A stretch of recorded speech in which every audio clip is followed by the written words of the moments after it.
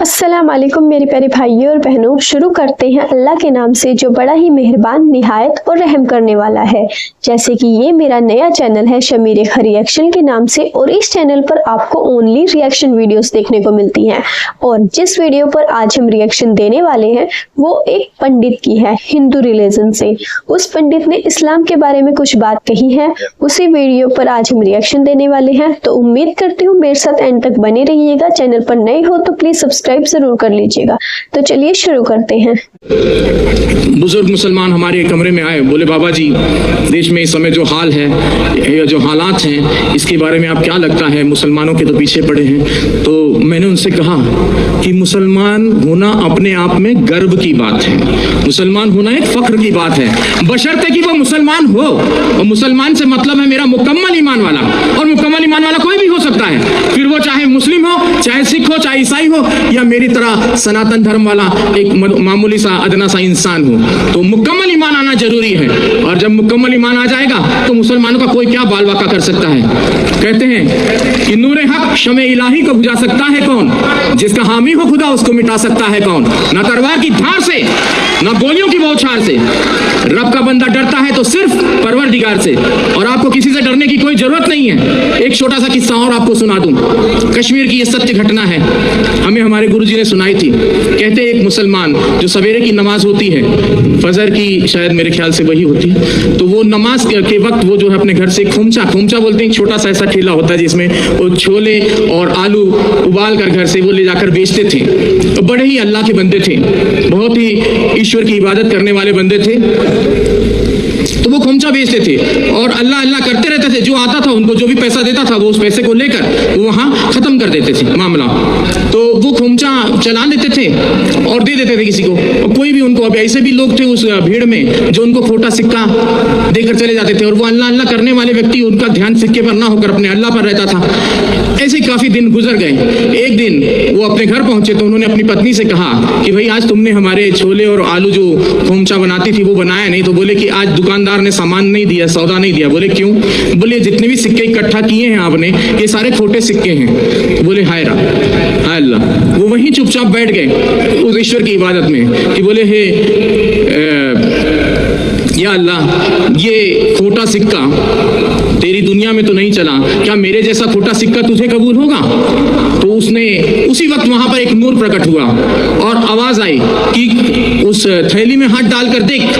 और जब उसने थैली में हाथ डालकर देखा तो वो सारे खोटे सिक्के सोने की अशर्फियों में तब्दील हो गए थे। तो मुसलमान ऐसा होता है जो किसी खोटे सिक्के को भी हाथ लगा दे तो सोने की अशर्फी में तब्दील कर दे।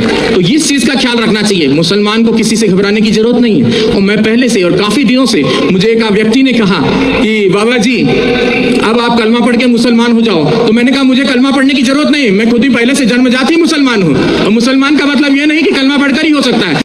देख लो भाइयों, इस पंडित ने ये बात तो बिल्कुल सच कही है कि अगर तुम्हारा एक खुदा पर ईमान है, तुम खुद को मुस्लिम की तरह समझते हो, तो जरूरी नहीं है कि तुम्हें धर्म चेंज करना होगा। ये बात तो सच है। पता है जो बॉयज होते हैं ना, जेंट्स होते हैं, लड़के होते हैं, वो तो अपने रिलीजन में रह के भी इस्लाम को अपना सकते हैं, ठीक है, फॉलो कर सकते हैं, क्योंकि उनको तो कहीं जाना नहीं होता। उनकी तो मर्जी होती है कि वो किसी भी लड़की के साथ शादी कर सकते हैं। लड़कों के लिए इजी होता है। बट जैसे कि मेरी बारी थी, अगर मुझे इस्लाम कबूल करना था तो मैं अपने हिंदू रिलीजन में रह के नहीं उसको फॉलो कर सकती थी, क्योंकि वो ही था ना।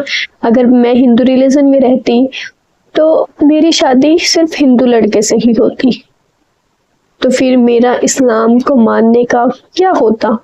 अगर मैं इस्लाम को अच्छी तरह से फॉलो ही नहीं कर पाती, एक मुस्लिम लड़के से शादी नहीं कर पाती, तो फिर तो कोई वो नहीं होता ना। इसीलिए मुझे ये स्टेप उठाना पड़ा। अगर मुझे आगे जाकर इस्लाम में दाखिल होना था, एक मुस्लिम लड़के से शादी करनी है, निकाह करना है, तो मुझे ये स्टेप तो उठाना पड़ता ना। बहुत सारे लोग हैं ना, बोलते हैं कि आपको अल्लाह को मानने के लिए अपना धर्म चेंज करने की जरूरत नहीं है। बट मैं उनको कैसे समझाऊं कि मैं अपने घर पर कितने दिन रह लेती। मेरी जो फैमिली है वो एक ना एक दिन तो मुझे किसी दूसरे के हवाले करते ही ना। किसी हिंदू के साथ शादी करके भेज देते, उनकी जिम्मेवारी वहां खत्म हो जाती, फिर अगले घर कैसे रहती कैसे नहीं कुछ नहीं पता। अब मुझे पता है कि हाँ मुझे एक मुस्लिम लड़के से शादी करनी है, तो इस्लाम में अच्छी तरह से दाखिल होना है, उसके रूल्स को फॉलो करना है, तो इसके लिए तो स्टेप उठाना ही पड़ेगा ना। तो ये बात सही है कि हाँ ज़रूरी नहीं है ना, एक खुदा पे ईमान रखो, उसके मुताबिक चलो।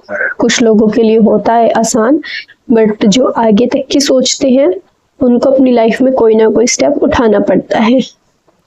तो आप मुझे बताइएगा आपको इस पंडित की बातें कैसी लगी हैं। अगर वीडियो अच्छी लगे तो like, comment, share, channel subscribe जरूर कर लीजिएगा। और नेक्स्ट रिएक्शन वीडियो किस टॉपिक पर बनाऊं कमेंट करके ज़रूर बताइएगा। इसके साथ ही आप सब अपना ख्याल रखिए, खुश रहिए। अल्लाह ताला से दुआ करूंगी आप सब खुश रहिए, आप सबकी दिलो मुरादें पूरी हों। बाय बाय, टेक केयर, अल्लाह हाफिज़।